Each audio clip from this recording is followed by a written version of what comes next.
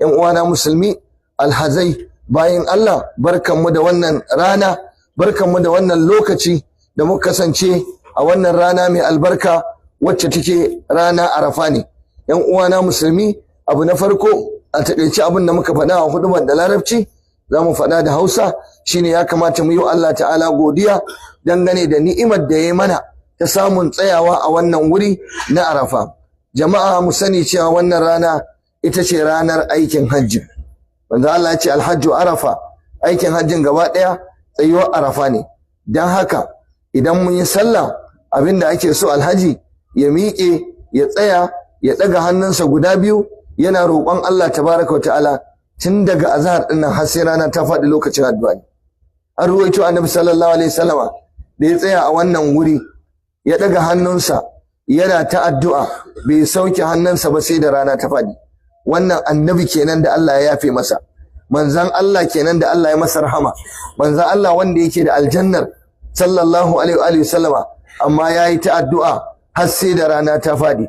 Da haka ana nuna mana cewa shari'a akan mu shine mu tsaya mu yi addu'a, mu roki Allah tabaraka wa ta'ala, mu yi ta addu'a har sai ranar nan ta faɗi.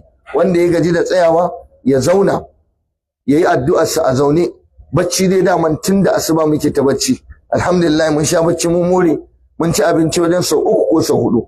Da haka ba bacci a idan mu, ba yunwa a tattare da mu, ba kishirwa, ga ruwan sanyi, ga shayi, ga abinci nan har ma ya mana yawa. Duka ƴan uwana musulmi mu kula da wannan, mu shagaltu da abin da ya kama wannan lokacin yanzu shine aikin hajji. Kar mutum ya ɓata lokacinsa da surutai, kada mutum ya ɓata lokacinsa da yawace, kada mutum ya ɓata lokacinsa da ɗauke-ɗauken hotuna yana turawa gida.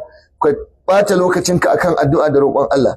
Ina tunatar da ku wannan rana da Annabi sallallahu alaihi wasallam yake cewa aikin hajjin gaba ɗaya tsayuwa Arafa ne.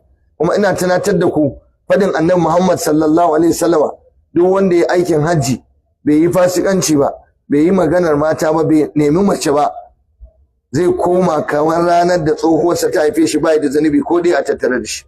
Wannan kuma ya dace da faɗin Allah tabaraka ta'ala, duk wanda ya kulla niyyar aikin hajji ba a maganar mata, ba a kusantan mace, ba a fasikanci, ba a jayayya, ba a musu, koya yake ba a musu.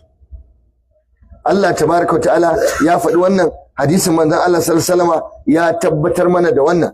Daka ya ku ƴan uwana alhazai, mu ci moriyar wannan rana da Annabi Muhammad sallallahu alaihi wasallam da kansa ya tsaya a wannan wuri, yace na tsaya anan wa arafatu kulluha mawqifu, dukkan filin Arafa wurin tsayawa ne. Wasu alhazai suna wahal da kansu wai sai sun